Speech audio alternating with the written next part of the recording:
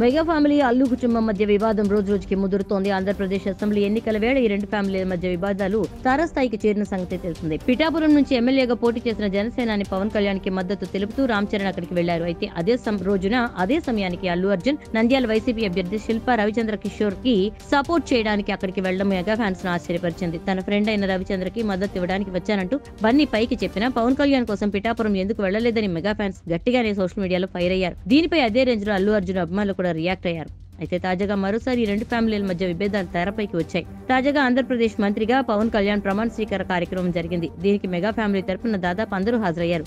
కానీ అల్లు ఫ్యామిలీ నుంచి ఎవరూ రాలేదు. ఇంతవరకు పక్కన పెడితే ఈ కార్యక్రమం వేళ mega hero Sai Dharam Tej social మీడియాలో బన్నీని అన్ఫాలో చేశారు. ఇటు ఇన్స్టాగ్రామ్ అటు ట్విట్టర్ ఎక్స్ లో కూడా అల్లు అర్జున్ ని అన్ఫాలో చేశారు సాయి తేజ్. అయితే అల్లు శిరీష్ ని మాత్రం ట్విట్టర్ లో ఫాలో అవుతున్నారు సాయి తేజ్. ఈ విషయం సోషల్ మీడియాలో వైరల్ కాగానే మరోసారి మెగా ఫ్యాన్స్ వర్సెస్ అల్లు అభిమానుల వార్ మొదలైపోయింది. బన్నీకి ఇలా కావాల్సిందే, మెగా ఫ్యామిలీకి దూరం పెట్టడంలో తప్పు లేదు అంటూ మెగా ఫ్యాన్స్ పోస్టులు పెడుతున్నారు. మరోవైపు సాయి తేజ్ అన్ఫాలో అయినంత మాత్రాన మా బన్నీకి ఫరక్ ఏం పడదు అంటూ అల్లు అర్జున్ అభిమానులు రియాక్ట్ అవుతున్నారు. మొత్తానికి సాయి తేజ్ చేసిన అన్ఫాలో మరోసారి రెండు కుటుంబాల మధ్య విభేదాలు ఉన్నాయనే వార్తలకి బలాన్ని ఇచ్చింది. ఇక పుష్ప 2 రిలీజ్ కోసం బన్నీ ఫ్యాన్స్ ఆతృతగా ఎదురు చూస్తుంటే ఈ సినిమాను కూడా బ్యాన్ చేస్తామంటూ మెగా అభిమానులు వార్నింగ్ ఇస్తున్నారు.